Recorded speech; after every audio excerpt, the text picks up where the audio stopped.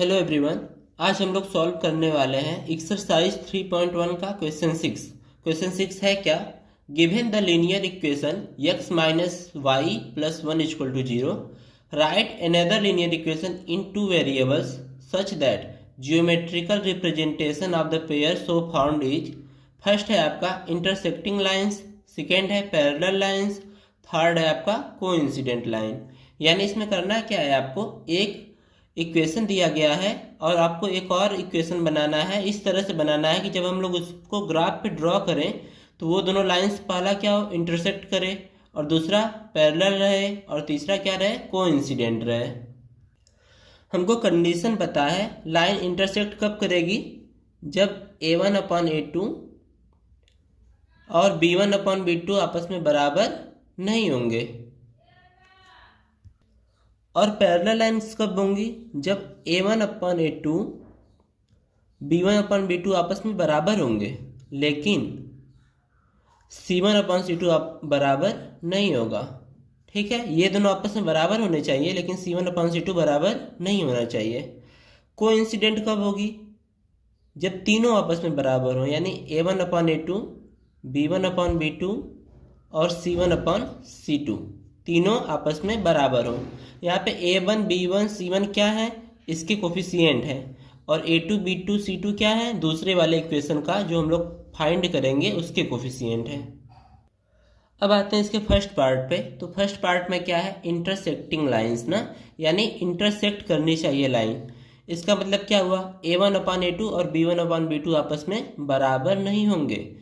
तो ऐसे केस में क्या करेंगे हम लोग, या तो साइन चेंज कर देते हैं या फिर किसी एक का कोफिशिएंट चेंज कर देते हैं। तो हम लोग यहाँ पे क्या करते हैं, x plus 2y plus 1 equal to 0 कर देंगे। यहाँ पे साइन और कोफिशिएंट दोनों चेंज कर दिए हैं हम। आप लोग चाहें तो केवल साइन चेंज कर सकते हैं या फिर आप लोग केवल कोफिशिएंट चेंज कर सकते हैं।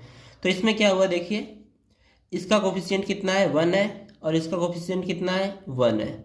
उसके बाद y का कोफिशिएंट कितना है, -1 है, और नीचे y का कोफिशिएंट कितना है, 2 है। ये दोनों आपस में बराबर नहीं है। इसका मतलब ये क्या हुआ, इंटरसेक्टिंग लाइंस हुई।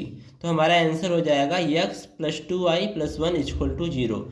इसमें आपका आंसर डिफरेंट भी आ सकता है, आप चाहे जैसे इसको कर सकते हैं। ऐसे हजारों एग्जाम्पल्स आपको मिल जाएंगे।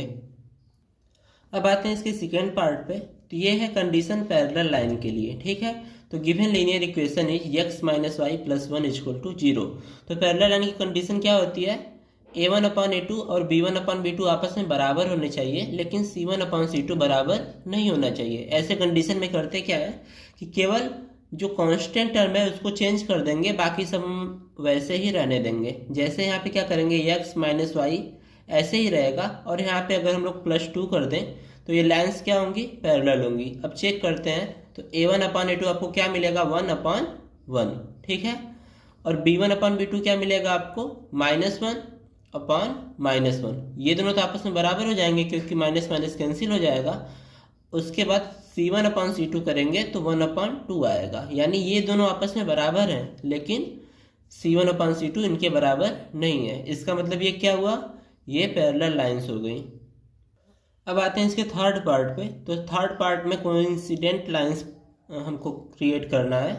तो इसके लिए क्या करेंगे हम लोग, सिंपली सब ऐसे ही रहेगा, क्योंकि हमको a1/a2 b1/b2 और c1/c2 तीनों इक्वल चाहिए। तो ऐसे केस में क्या करते हैं, सिर्फ किसी कांस्टेंट टर्म से इसमें मल्टीप्लाई कर देंगे पूरे इक्वेशन में। जैसे हम लोग अगर 2 से मल्टीप्लाई करें तो आपको क्या मिलेगा, 2x minus 2y plus 2 equal to 0।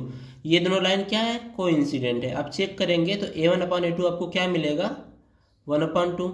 b1/b2 क्या मिलेगा आपको, -1/-2। तो माइनस माइनस कैंसिल, यानी ये बराबर होंगे। उसके बाद c1/c2 क्या मिलेगा, 1/2। यानी सभी आपस में क्या है, बराबर है, इसलिए ये कोइंसिडेंट होगी। देखने के लिए थैंक यू।